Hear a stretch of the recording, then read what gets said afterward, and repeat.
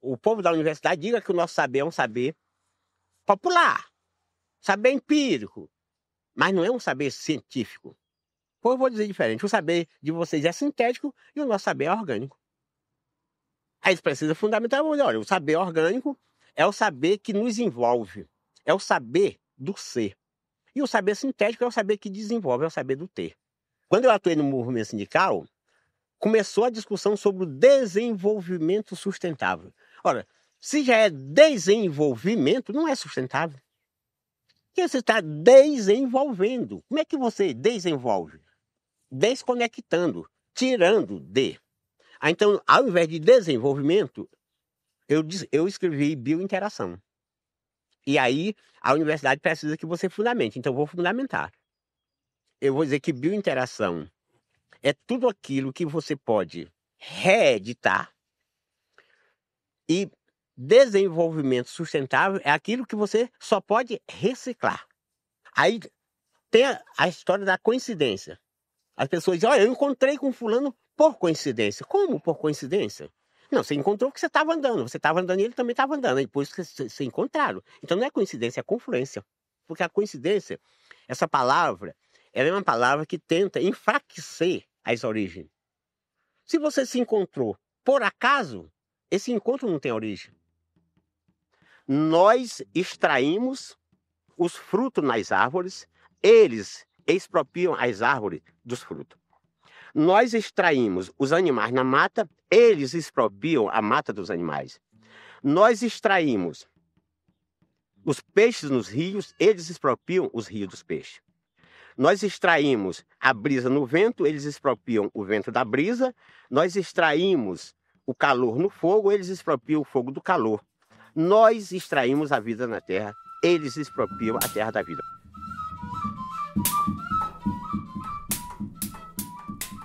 A voz que vocês acabaram de ouvir é de Nego Bispo, filósofo, poeta, escritor, professor e liderança quilombola. Na verdade, um dos maiores nomes da luta quilombola no Brasil. Nesse lindo trecho, ele nos convida a refletir sobre a potência da oralidade, da ancestralidade e das formas de conhecimento que não cabem nos moldes coloniais da academia. É uma fala que encarna outras possibilidades de existir e pensar, e nos mostra que descolonizar o saber não é apenas mudar o conteúdo, temos que mudar a forma, o tempo e o lugar onde o saber é cultivado. E é com essa fala que gostaríamos de começar a nossa conversa sobre cotas para quilombolas nas universidades. Como já dito em outros episódios desse podcast, em 2023 foi sancionada a nova Lei de Cotas. Dentre outras alterações, a lei passou a incluir também estudantes quilombolas como beneficiários. Como temos conversado, o debate sobre cotas raciais no Brasil existe há mais de 20 anos, ocupando um lugar central na sociedade brasileira, sendo responsável, inclusive, por transformações na forma como entendemos a nossa identidade nacional. No entanto, o debate sobre cotas para quilombolas é mais recente e menos amplo, a despeito de sua importância. O debate sobre cotas para quilombolas não está relacionado apenas à especificidade desses estudantes, dessas comunidades, mas está ligado a todas as dimensões que a inclusão desses povos no ensino superior implica e que a fala de Nego Bispo nos permite imaginar. A palavra quilombo é hoje muito familiar para nós, sobretudo para quem está integrado ou orbita em torno dos movimentos negros. Aprendemos com Clóvis Moura que os quilombos foram uma resistência radical ao processo de escravidão. Quilombo remete à ideia de fortalecimento comunitário como forma de proteção, resistência e luta contra a opressão. Essa representação de quilombo e de aquilombamento foi recuperada pelo movimento negro em meados dos anos 70, no sentido de destacar a contemporaneidade e a complexidade dessas comunidades. Essa pressão levou ao reconhecimento de comunidades quilombolas como sujeitos de direitos na Constituição de 1988. E 15 anos depois, veio o surgimento da Lei 94.887 de 2003, que regulamentou a identificação, reconhecimento, demarcação e titulação de terras quilombolas. Essa lei é considerada um marco no que se refere ao reconhecimento de diferenças étnicas e culturais da sociedade brasileira. A partir desse marco, muitas comunidades passaram por um processo de renomeação e de reconhecimento, conseguindo assim acessar direitos violados por gerações. A principal reivindicação das comunidades quilombolas está relacionada à questão fundiária. É o direito ao território em um país marcado por lutas sangrentas por terra que as comunidades quilombolas buscam garantir a existência.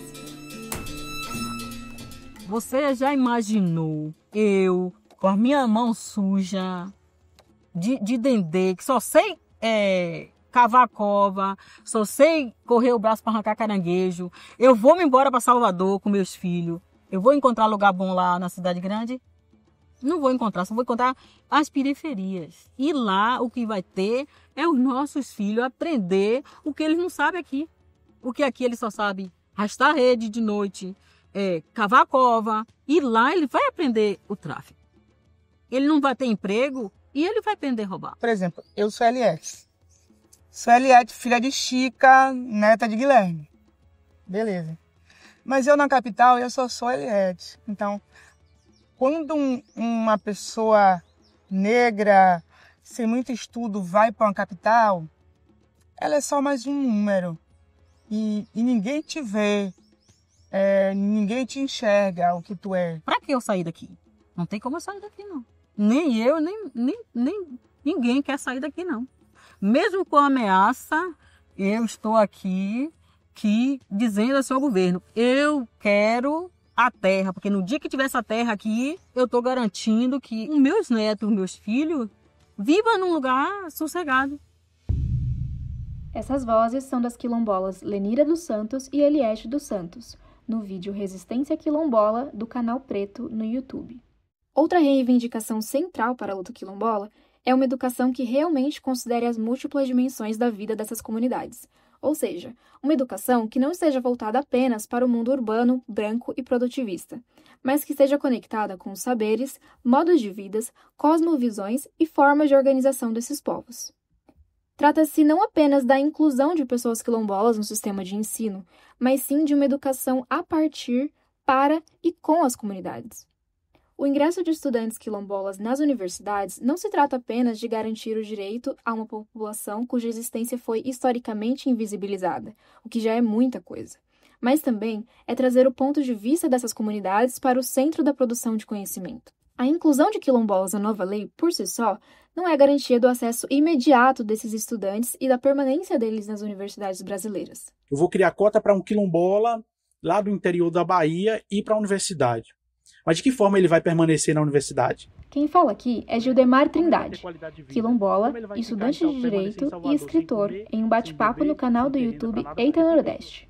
Né? De que forma ele vai ter qualidade de vida? Como ele vai permanecer em Salvador sem comer, sem beber, sem ter renda para nada? Porque tem pessoas lá, por exemplo, hoje, que os pais não são aposentados. Tem pessoas que são aposentadas, né? Conseguem manter de certa forma, mas outras pessoas não tem nenhum tipo de renda, né? Então chega lá, chega na universidade e agora? O que vai fazer? Então, as bolsas que existem não são bolsas quilombolas como o povo imagina. Você recebe bolsa quilombola. São bolsas que o Ministério da Educação, o governo federal, a própria universidade oferece, que você tem que passar por processo seletivo novamente para que esses benefícios consigam alcançar, você consiga alcançar esse benefício, né? Eu sofri muito, pô. Quando eu fui a primeira vez, eu chegava aqui e as pessoas desmereciam a minha luta, né? A luta dos meus, que me possibilitaram estar naquele espaço. E eu fui na universidade, eu fui no intuito de mostrar a minha capacidade, mas não como mérito, mas a capacidade das pessoas que lutaram para me estar naquele espaço, e eu tenho que dar orgulho, né?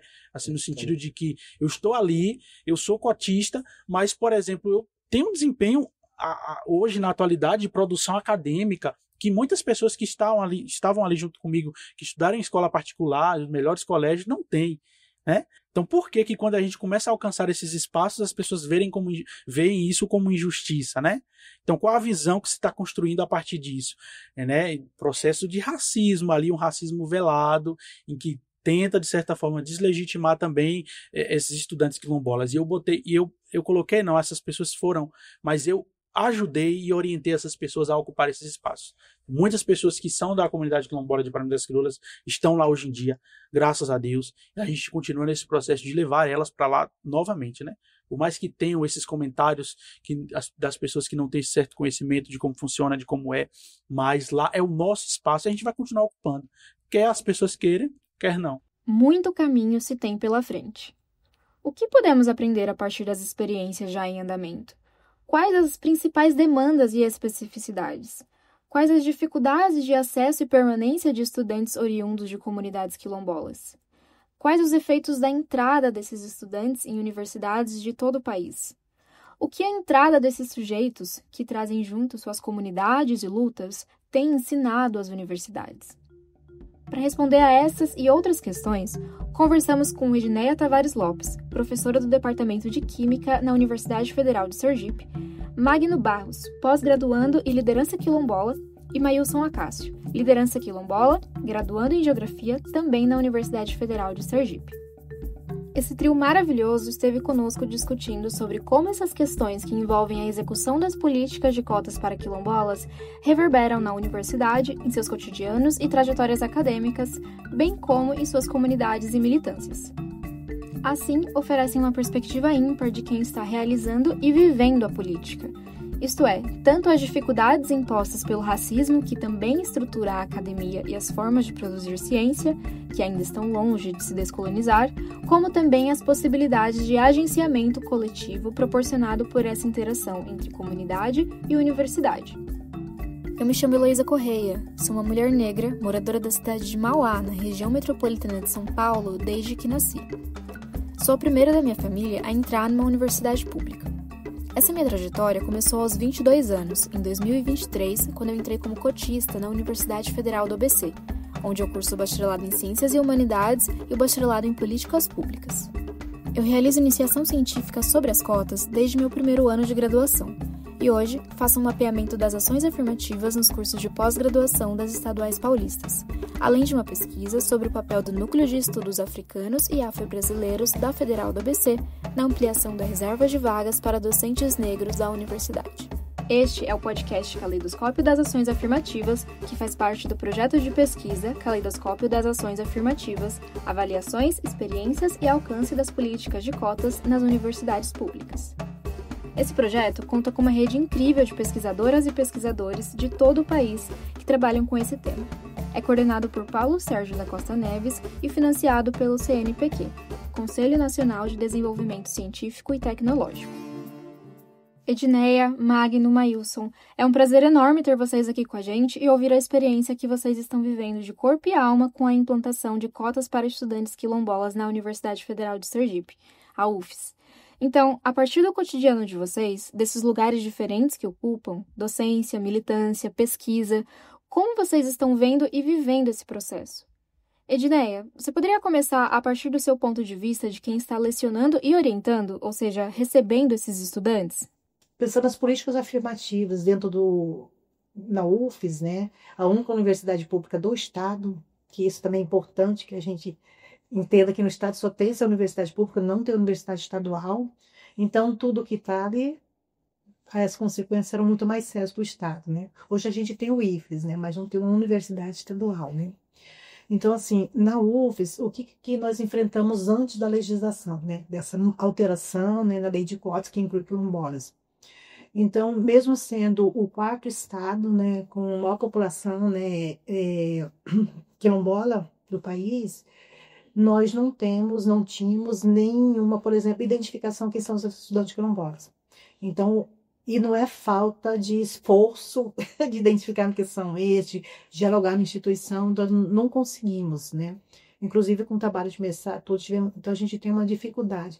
A universidade não identificava e não fez esforço em identificar, tá? Quem são os estudantes quilombolas. Inclusive a gente apresentou essa demanda em reuniões, nós falamos que o próprio movimento estava demandando e que a gente precisa saber até para compreender como que está, né, como a implementação dessa política, pensando nas especificidades, né. Então, uma questão é essa de não ter identificação, agora terá por conta da lei, então isso já traz muitos desafios, né. Então, encontrar esses estudantes, saber como eles estão. E aí as comunidades, como a gente comentou, né, e o movimento, né, eu perguntando, e aí, como que está essa formação lá? Então, junto com a comunidade, né, junto com o movimento quilombola, a gente começou a construir estratégias, né, de resistência. Uma delas é o coletivo de estudantes quilombolas indígenas, né? E sempre essa confluência, né? E até quando o Maílson falou, também me emocionou, porque essa confluência de indígena e quilombola, para mim, é muito forte, faz parte da minha formação toda, né? enquanto pessoa e enquanto pesquisadora, né?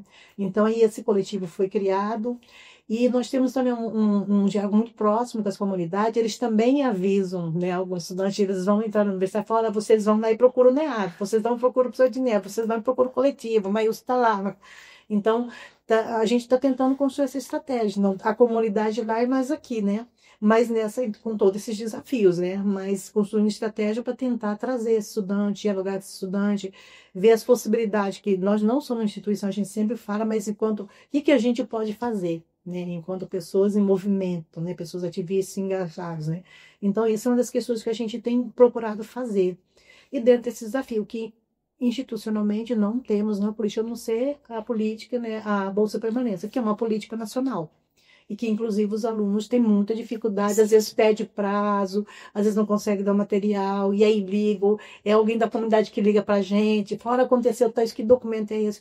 Porque nós precisamos, é preciso que a instituição entenda que tem que ter, de fato, um olhar específico para indígenas, para quilombolas, porque não basta estar lá no edital, tem que ter um apoio em relação às informações, a como conseguir.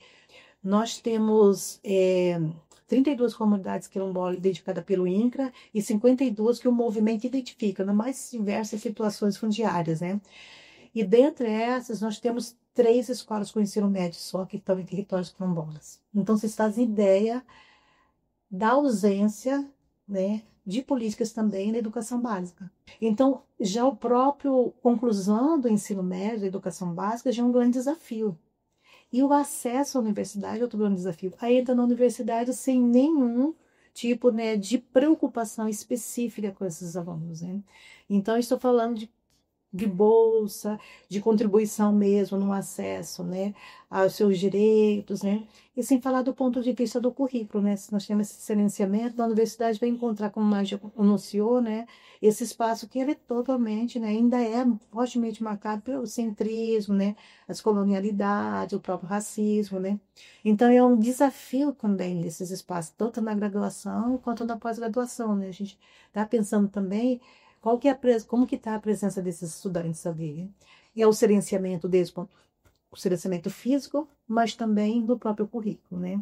Porque a educação das relações espaciais, nossa universidade, ainda tem muitos desafios para ser implementadas. E quando dentro da educação das relações espaciais, por exemplo, a gente faz um recorte para a história e cultura dos quilombos, aí que, de fato, não há praticamente nada.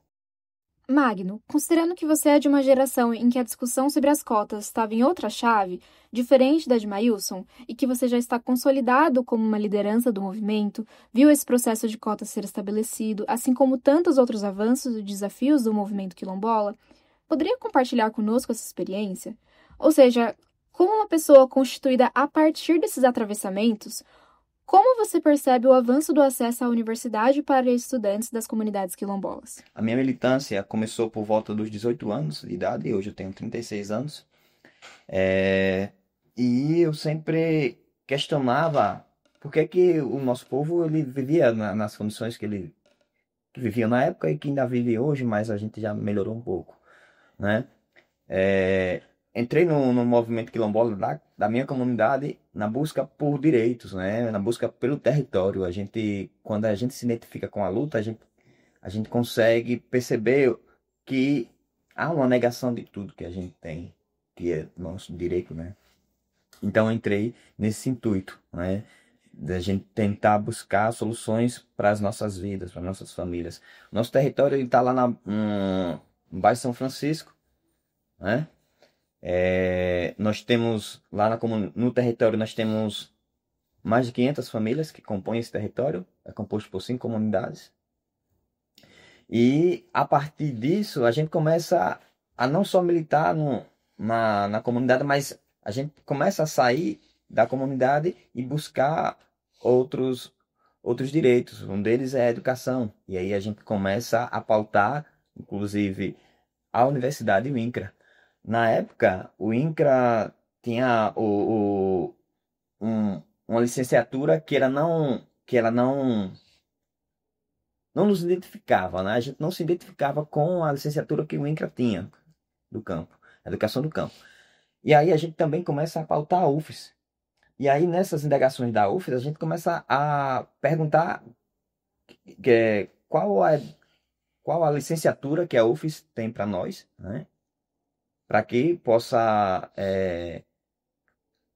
diminuir o processo colonial que a gente sofreu. Então, como é que a UFES poderia possibilitar aos jovens quilombolas a inserção dentro da universidade?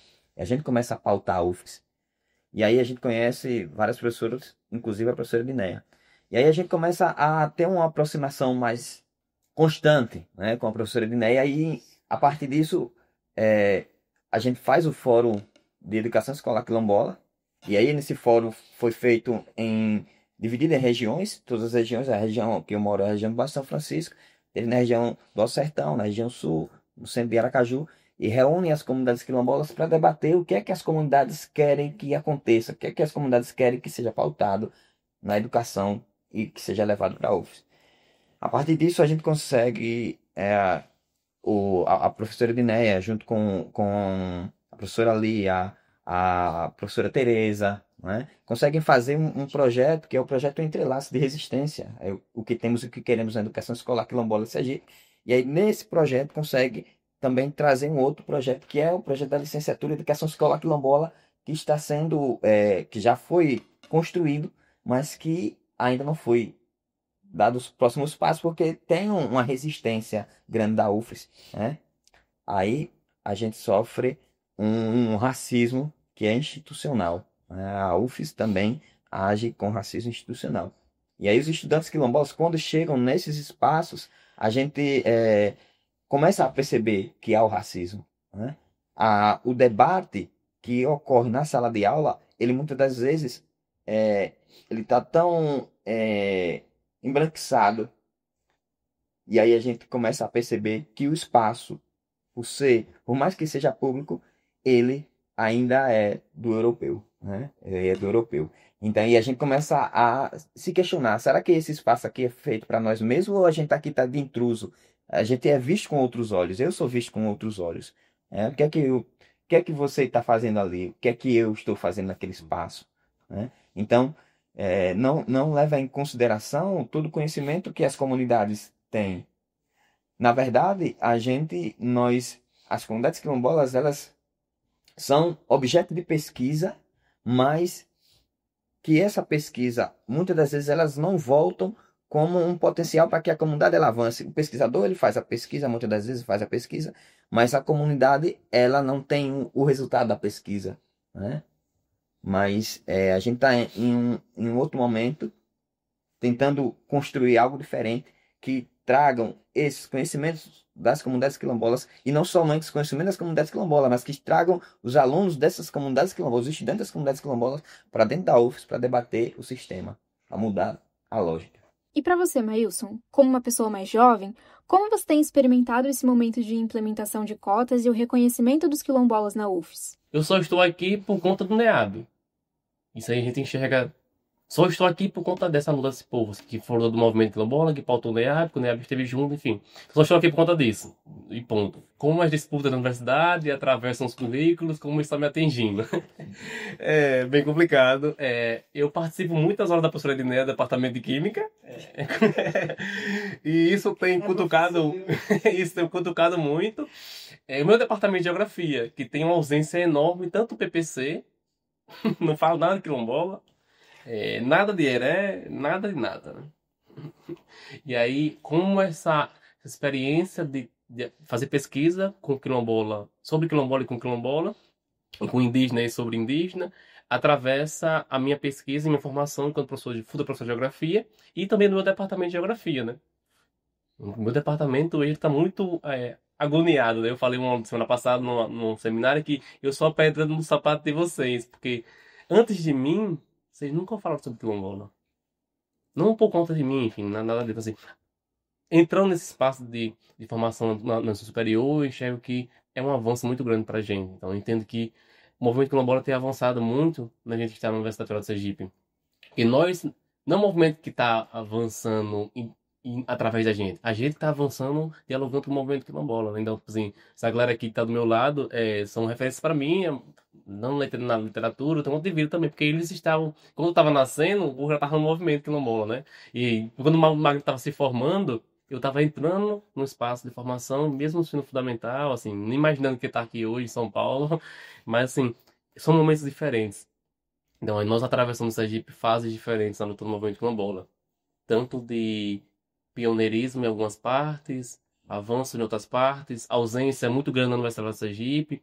E enxergar aqui hoje, nós enfrentamos mais estou o curso de licenciatura, e eu vou citar também agora, nós estamos batalhando para que o curso seja implementado na Universidade de Sergipe, curso de formação para pessoas quilombolas, né? E aí, a gestão da UFES tem impedido a gente de entrar. Por ter nascido no movimento quilombola de Sergipe, eu não enxergo que se eu não fosse nascido no movimento quilombola de Sergipe, não fosse no movimento quilombola, nunca ia me atravessar, né? Porque a gente sabe que os espaços só são falados a partir da gente, né? As portas são abertas porque a gente tem que derrubar. Então, eu acho que se eu não fosse quilombola, se eu não tivesse essa descendência também indígena, se eu morasse em qualquer outro espaço de formação que não fosse esse espaço de formação, também nunca ia discutir sobre isso. A fala de vocês remetem a uma grande confluência entre universidade, quilombo e movimento social, que se realiza a partir do trânsito de vocês por esses espaços, construindo e tensionando cada um deles. Nesse sentido, os quilombolas e o movimento social me parece que são também esses espaços de formação. Vocês poderiam falar um pouco sobre isso? Agora, o que para mim é muito forte agora é assim que as comunidades quilombolas, o próprio movimento quilombola, hoje para mim esse espaço se tornou espaço de formação dos estudantes que orientam, ou que eu desoriento, que é melhor, né? Não consigo orientar ninguém. Então, assim, não é nem a questão de trazer os mestres, de título de mestre, de saberes, que tem isso, não. Assim, o que eu tenho procurado, que a gente tem procurado trabalhar é isso. Inclusive com pesquisa mesmo, com trabalho de pesquisação, que a gente trabalha a pesquisação investigativa, né?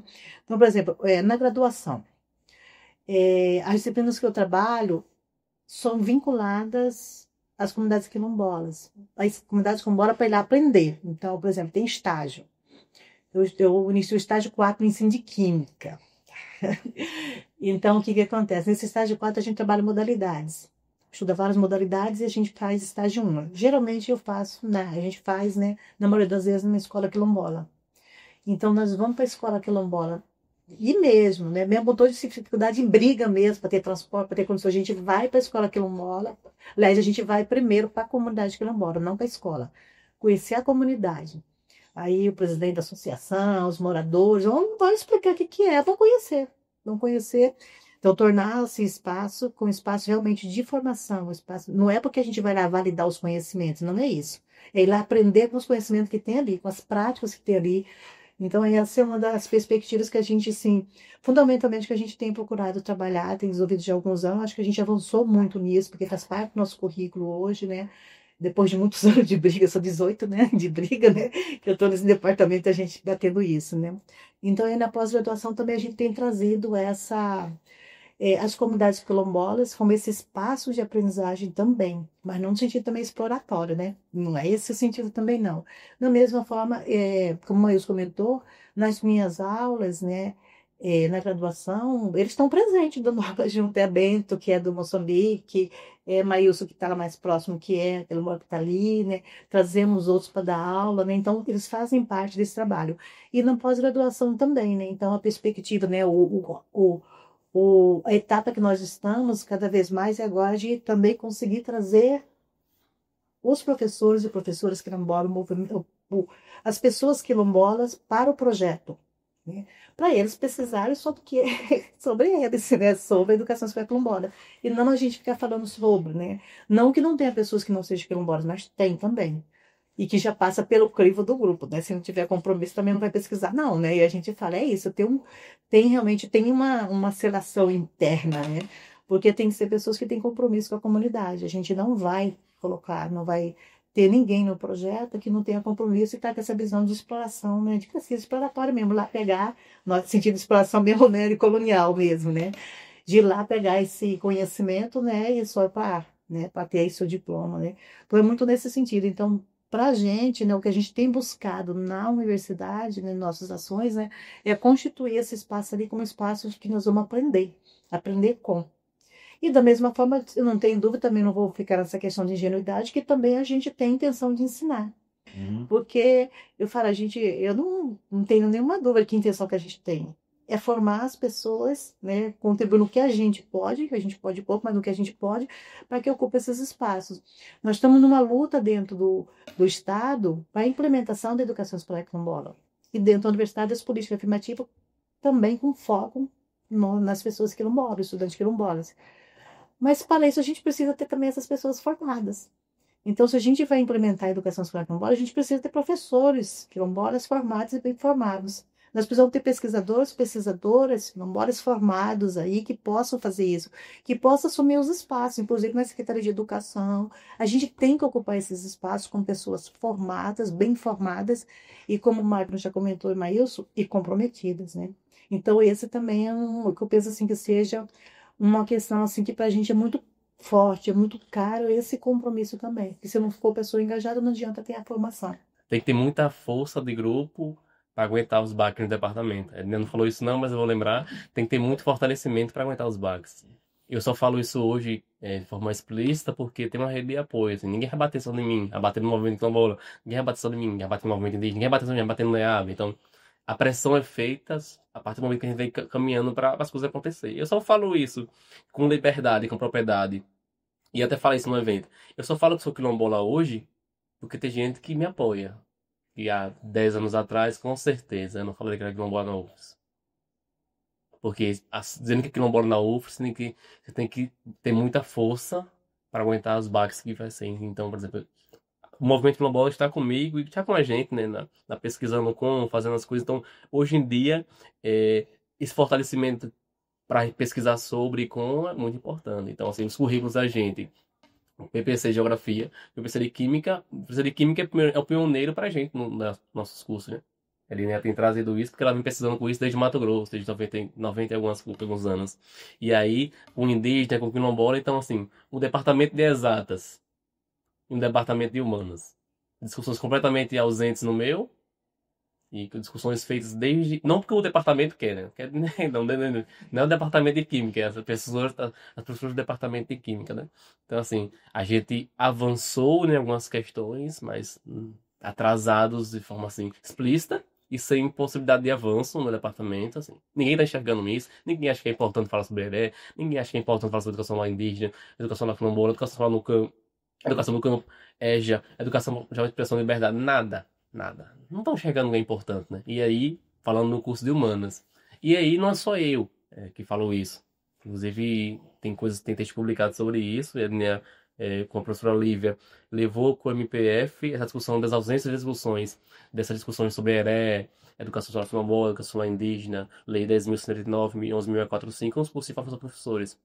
Pouquíssimos cursos falam sobre isso, especificamente os cursos de consulado em Itabaiana, no curso de licenciatura em Química e Pedagogia, e aí estendendo para todas as UFRS de todos os campos, quase ninguém fala sobre isso. E se fala África, história da África, mas que África, fala assim, não Colin, que África a gente está ensinando para os alunos. Eu botei um texto copiando, que África eu vou ensinar para meus alunos. Se eu não enxergo a comunidade quilombola como um espaço africano em Sergipe, nos municípios, não estou falando sobre África. Então, assim, a gente tem avançado muito, né, alguns departamentos por alguns pesquisadores, professores, e, assim, atrasadíssimos nos cursos de humanas. É muito interessante o que vocês estão descrevendo. Uma área de ciências exatas, no caso a química, que tem puxado de forma mais efetiva a questão quilombola na UFRS. Isso vai na contramão de muitas outras universidades onde a discussão sobre cotas tem um lugar mais fortalecido nas ciências humanas. Mas, por outro lado, demonstra também que o processo de realizar uma política no cotidiano também está relacionado aos sujeitos que se comprometem com ela, que estão implicados com a questão.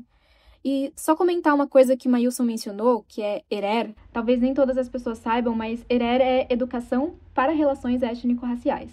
trata-se de um processo formativo que valoriza a diversidade étnico-racial, busca combater o racismo e promover o reconhecimento da história, cultura e identidade dos povos africanos, afro-brasileiros e indígenas no espaço escolar e na sociedade. No Brasil, o processo de institucionalização da ERER se deu a partir da obrigatoriedade do ensino da cultura e da história africana e afro-brasileira e indígenas pelas leis 10.639 de 2003 e 11.645 de 2008. Continuando então a nossa conversa, Magno, sobre essa confluência entre universidade e quilombo, movimento social, você poderia falar um pouco sobre a sua experiência nesse trânsito entre universidade e território? Pensando um pouco no papel do NEAB, que, para quem não sabe, é o Núcleo de Estudos Afro-Brasileiros. Como eu já falei, eu sou do território quilombola Brejão dos Negros, é um território que ele é composto por 5 comunidades, nós temos mais de 500 famílias nesse território. E a nossa luta, ela começa em 2005, né?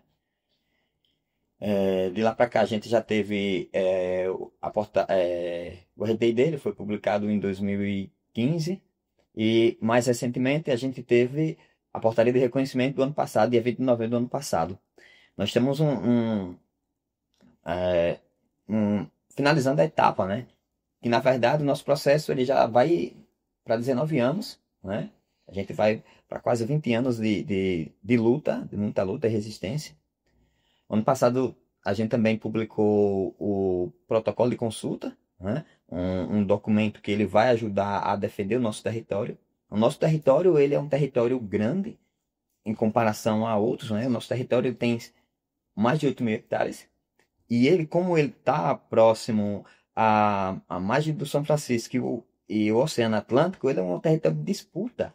Não só de disputa da caçinocultura, que vai invadir o manguezal, né? Vai destruir o manguezal para a criação do camarão, mas também um território disputado pelo capital imobiliário, né? Pela especulação imobiliária que quer a todo momento instalar vários resorts naquele espaço, que é o mesmo que a gente reivindica, né? Que é o mesmo que os nossos ancestrais, nossos antepassados viveram.